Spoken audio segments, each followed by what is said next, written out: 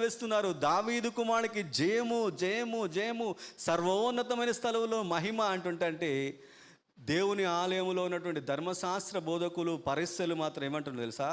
వారు మౌనముగా ఉండి, ఇక మా వ్యాపారాలన్నీ మూతబడ్డాయి, మా వ్యాపారాలన్నీ మూతబడ్డాయి, మా బలులను కొనేవారు ఎవరు లేరు, మాకు ఇక సంపాదన ఏమీ లేదు, అయ్యో మేము ఎట్లా బ్రతకాలనే అసూయతోనే వారు ఉన్నారు. ఆ కాలంలో ఉన్నారు, ధర్మాన్ని పాటించేవారు ఆ కాలంలో ఉన్నారు, ఈ కాలంలో కూడా ఉన్నారు. మేము ధర్మరక్షకులము, మేము ధర్మాన్ని పాటించేవారం అంటారు.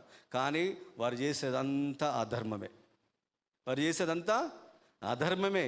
వాళ్ళు అధర్మాన్ని పాటిస్తూ మేము చెప్పుకుంటారు, మేము దేశభక్తులము, మేము ఒక కేటగిరీ చెందిన వాళ్ళంటే, వాడు ఎన్ని మోసాలు చేయని వాడిని దేశభక్తి అంటారు, వాడు ఎన్ని మోసాలు చేయని వాడు దేశభక్తి అంటాడు. కానీ నీలో పాపం ఉంటే నీవు దేవుని యొక్క రాజ్యంనకు వారసుడు కాదు. నువ్వు ప్రతిష్ఠించబడిన మార్గములో